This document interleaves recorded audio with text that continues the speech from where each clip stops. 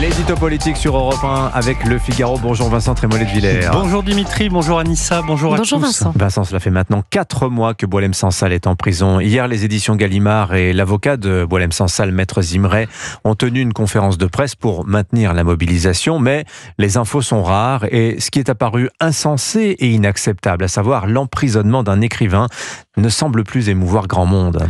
Oui, les mots sont une chose très modeste, Dimitri, devant ce que vit Boualem Sansal depuis près de 120 jours. De l'autre côté de la Méditerranée, un homme âgé, malade, captif et menacé de mort, innocent comme Dreyfus, prophète comme Solzhenitsyn, dissident de son pays de naissance comme Navalny. Il a pour seule arme sa voix douce et le muscle de sa plume.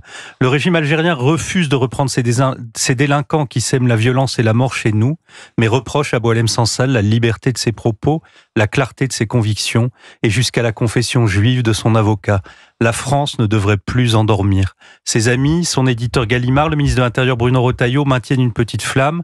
Maître Zimray nous dit que Sansal est tenu au secret et en proie au découragement et que dans les faits, aucun des droits de la défense ne sont respectés pour l'écrivain. Pour le reste, on est obligé de se contenter de discrètes alarmes présidentielles. On espère de tout cœur qu'elles sont le paravent officiel d'un travail secret, actif et constant. Mais le temps passe et l'inquiétude grandit, notamment celle de l'issue fatale pour un homme qui, je vous le rappelle, est malade. Alors, son avocat en appelle d'ailleurs aux institutions internationales, à l'ONU. Boualem Sansal est devenu un symbole de la liberté. Même absent, contraint au silence, l'écrivain reste présent dans nos consciences. Boualem Sansal, qui a traversé l'épouvantable guerre civile algérienne, n'est pas un rouleur de mécanique ni un sonneur de clairon. Il a montré son courage moral, mais beaucoup plus rare et plus impressionnant. Il fait preuve depuis des décennies d'un très grand courage physique. L'homme pourtant n'est pas un fort en gueule, il parle tout bas mais ses mots portent loin et quand son style s'enfièvre, c'est pour nous sortir de nos aveuglements.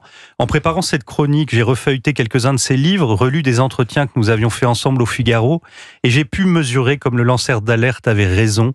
Le bâillonner, c'est aussi faire taire une voix dont la clairvoyance et la lucidité c'est rétablir sous nos yeux une vérité que le plus souvent nous ne voulons pas voir. Mais de quelle vérité parlez-vous, Vincent ? D'une agression continue à laquelle il ne faut pas non plus nous habituer. Cette stratégie islamiste des 1000 entailles qui va du coup de couteau à la voiture bélier en passant par la rafale de Kalachnikov. Depuis 2012, le terrorisme islamiste a fait plus de 300 morts sur notre territoire. Il s'est accompagné d'une offensive diffuse et persistante d'un fanatisme coranique qui ne cache pas dans toute l'Europe sa volonté de conquête. L'histoire nous enseigne que cette volonté hégémonique est une constante. La géographie et sa ceinture islamique qui s'étend d'Alger à Islamabad dessinent une démographie impressionnante qui pourrait déborder jusque chez nous. Ces deux permanences traversent toute l'œuvre de Boualem Sansal.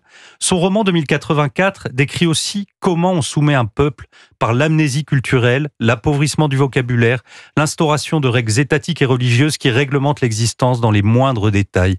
Le destin de Boualem Sansal nous rappelle la fragilité des intérêts vitaux et immatériels d'une nation, sa langue, sa mémoire, son identité, sa liberté. C'est un homme qui est sous les verrous, mais avec lui, c'est l'âme de la France qui est embastillée en Algérie.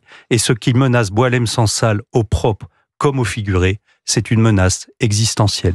L'édito politique sur Europe 1. Merci Vincent Trémollet de Villers. Et à la une du Figaro ce matin, les choix économiques de Donald Trump déstabilisent Wall Street. Merci beaucoup Vincent. Bonne journée. Il est 8h moins 5. Merci d'avoir choisi Europe 1. Très bon début de journée.